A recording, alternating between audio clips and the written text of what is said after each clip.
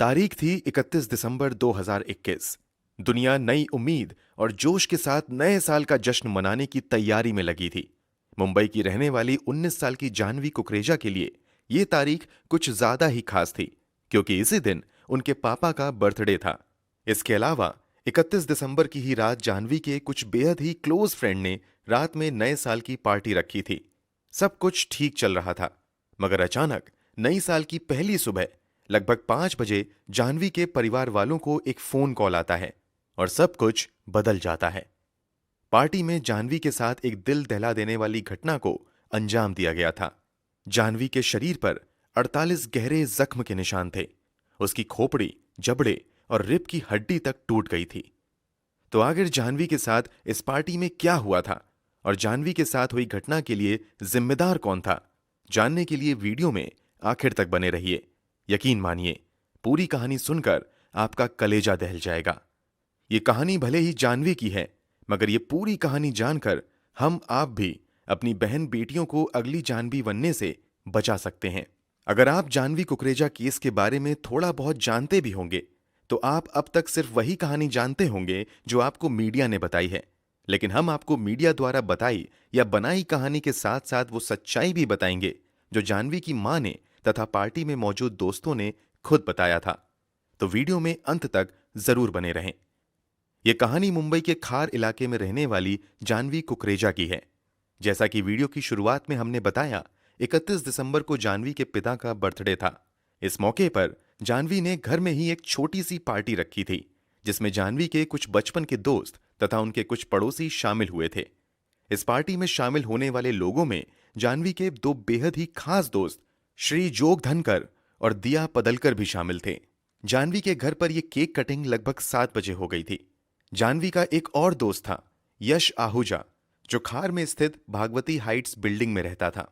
यश ने अपने दोस्तों के साथ मिलकर भागवती हाइट्स बिल्डिंग में नए साल का जश्न मनाने के लिए एक पार्टी रखी थी, जिसमें जाह्नवी कुकरेजा, श्री जोग धनकर और दिया पदलकर समेत कुल 15 दोस्त शामिल हुए थे।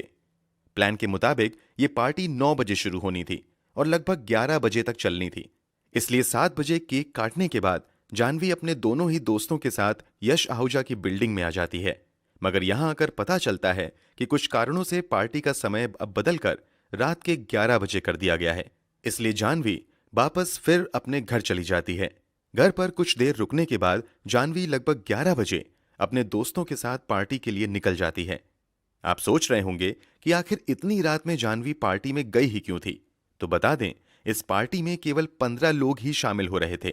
उनमें से 5 लड़कियां तो जाह्नवी के ही अपार्टमेंट में रहती थीं। इसके अलावा श्री जोग धनकर और दिया पदलकर की जाह्नवी से जान पहचान लगभग 12 से 15 साल पुरानी थी, यानी ये सभी बचपन के दोस्त थे। इन सभी को जाह्नवी के माता पिता भी काफी अच्छे से जानते थे। वैसे भी मुंबई में 31 दिसंबर की रात लेट नाइट पार्टी कोई नई बात नहीं थी, इसलिए जाह्नवी अपने दोस्तों के साथ पार्टी में आ जाती है और एंजॉय करने लग जाती है। वैसे तो पार्टी 1 बजे तक ही खत्म हो जानी थी, मगर पार्टी कुछ लंबी चल जाती है। इस कारण जाह्नवी रात में वापस अपने घर नहीं जाती है। हालांकि इसी बीच लगभग 1:30 बजे के करीब जाह्नवी के पिता उसे फोन करते हैं, मगर उसका फोन बिजी आता है। इसके बाद वो फिर 2:30 बजे, यहां तक कि सुबह 3 बजे भी फोन करते हैं, मगर जाह्नवी फोन रिसीव नहीं करती है। चूंकि जाह्नवी अपने ही बचपन के दोस्तों के साथ पार्टी कर रही थी, इसलिए जाह्नवी के माता पिता जाह्नवी द्वारा फोन रिसीव ना करने के बावजूद ज्यादा चिंतित नहीं होते हैं और वो सोचते हैं कि पार्टी के बाद ज्यादा रात होने की वजह से जाह्नवी दोस्त के यहां ही रुक गई होगी, क्योंकि ऐसा कई बार पहले भी हो चुका था।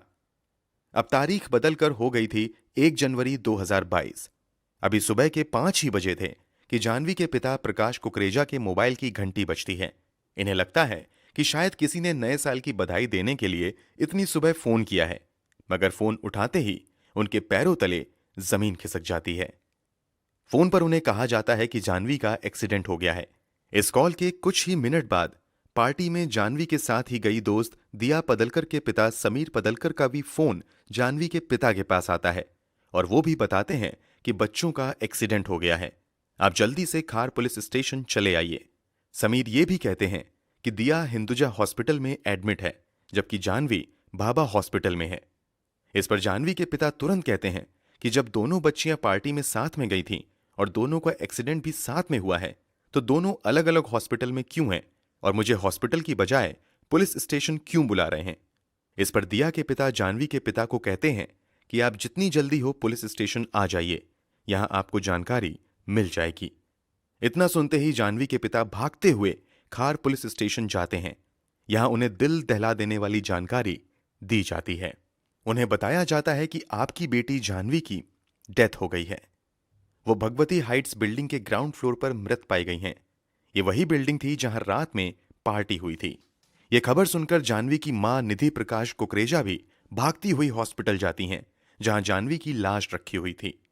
मौत की खबर के बाद कुछ कागजी कार्यवाही पूरी की जाती है और फिर जानवी का पोस्टमार्टम किया जाता है और फिर लाश को अंतिम संस्कार के लिए परिवार को सौंप दिया जाता है। इस अंतिम संस्कार के दौरान जानवी के माता पिता को एक बात बहुत ज्यादा खटकती है कि बीती रात पार्टी में जितने भी दोस्त शामिल हुए थे वो सभी जानवी के बेहद ही करीबी थे। उनमें से कई तो जानवी के पड़ोसी और बचपन के दोस्त थे। इसके बावजूद जानवी की मौत के बाद ना तो जानवी का कोई दोस्त उसके घर पर गया था और ना ही एक पड़ोसी होने के नाते ही कोई जानवी के माता पिता को झूठी ही सही तसल्ली देने गया था। अब इन लोगों को शक होने लगता है कि जानवी की मौत नेचुरल डेथ तो नहीं है, बल्कि जरूर किसी बड़ी साजिश के तहत जानवी की जान ली गई है। इधर पुलिस भी इसे एक अननेचुरल डेथ मानते हुए एफआईआर दर्ज कर जांच शुरू कर देती है।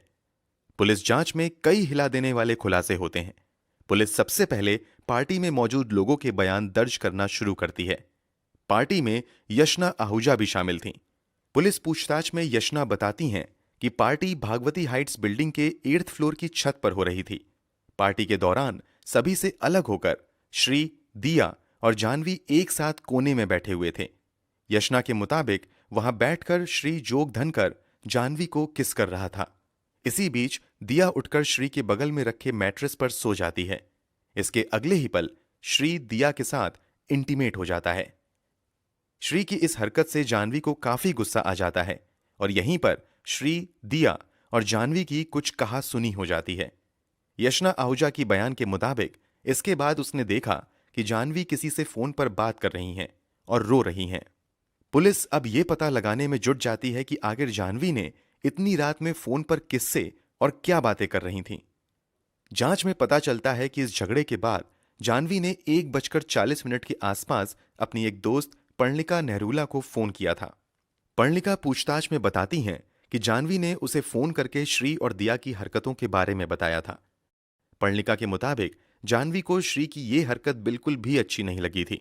पर्णिका के दावे के अनुसार फोन पर जानवी ये भी कहती हैं कि वो दोस्त के तौर पर ना तो श्री जोग धनकर को खोना चाहती हैं और ना ही दिया पदलकर को।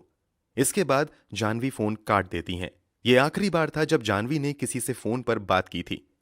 इसी के बाद 2:20 के आसपास जब पार्टी में शामिल कुछ दोस्त घर वापस जाने के लिए नीचे आते हैं तो उनकी नजर ग्राउंड फ्लोर पर पड़ी जानवी पर पड़ती है। जानवी को मरा देखकर खार पुलिस को जानकारी दी जाती है। पार्टी में शामिल सभी लोगों का बयान दर्ज करने के बाद पुलिस क्राइम सीन की भी जांच पड़ताल करती है, जहां से कुछ अहम सुराग पुलिस को मिलते हैं। पुलिस को बिल्डिंग के 5वें फ्लोर की सीढ़ियों पर पीले रंग की चूड़ियां मिलती हैं जो जानवी ने पहनी हुई थीं। 4th फ्लोर पर जानवी का एक सैंडल मिलता है, जबकि दूसरा सैंडल जानवी के पैर में ही ग्राउंड फ्लोर पर था। जानवी का ईयररिंग 3rd फ्लोर पर था, जबकि 2nd फ्लोर पर जानवी के हेयर बैंड्स मिलते हैं। 3rd फ्लोर पर खून के भी निशान मिलते हैं, जबकि 2nd फ्लोर की सीढ़ियों की रेलिंग पर से बाल के नमूने बरामद किए जाते हैं। डीएनए जांच में खुलासा होता है कि खून और बाल जानवी के ही हैं। पुलिस आगे जब श्री जोग धनकर की तलाशी लेती है तो उसके पास से पार्टी वाली रात पहनी गई शर्ट भी बरामद होती है, जिस पर खून के निशान पाए जाते हैं। जांच से खुलासा हो जाता है कि श्री की शर्ट पर जानवी का ही खून था। कुछ दिनों बाद जानवी की पोस्टमार्टम रिपोर्ट भी आ जाती है, जिसमें खुलासा होता है कि जानवी के शरीर पर पूरे 48 गहरे जख्म के निशान हैं। उसकी खोपड़ी की हड्डी तक टूट गई थी। पोस्टमार्टम रिपोर्ट के मुताबिक उसके सर को काफी जोर से रेलिंग पर मारा गया था। जानवी के शरीर की कई दूसरी हड्डियां भी टूटी हुई पाई गई थीं। दोस्तों के बयान और जुटाए गए सबूत के आधार पर पुलिस इस पूरे मामले में श्री जोग धनकर और दिया पदलकर पर जानवी कुकरेजा की हत्या का मामला दर्ज करते हुए जांच आगे बढ़ाती है। कुछ और सबूत जुटा लेने के बाद इन दोनों को गिरफ्तार भी कर लिया जाता है।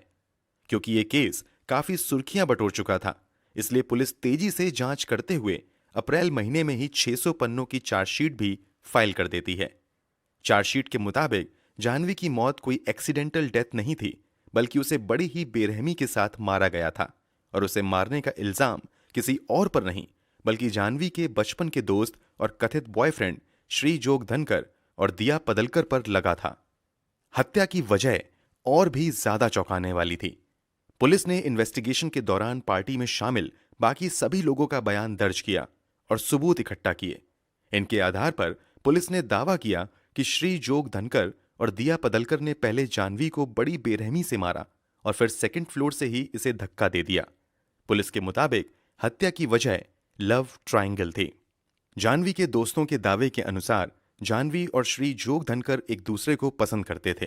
दूसरी तरफ दिया पदलकर भी जाह्नवी की बेस्ट फ्रेंड थी, लेकिन जाह्नवी के पीठ पीछे श्री ने दिया के साथ भी दिल लगी शुरू कर दी थी। इसलिए पार्टी के दौरान पहले तो श्री जाह्नवी को किस करता है और बाद में अगले ही पल दिया के साथ अंतरंग हरकतें करने लगता है। ये बात जाह्नवी को अच्छी नहीं लगती है और इसी बात को लेकर इन तीनों में काफी झगड़ा होता है। ये झगड़ा 8th फ्लोर से शुरू होता है, जो नीचे आते आते हाथापाई में बदल जाता है।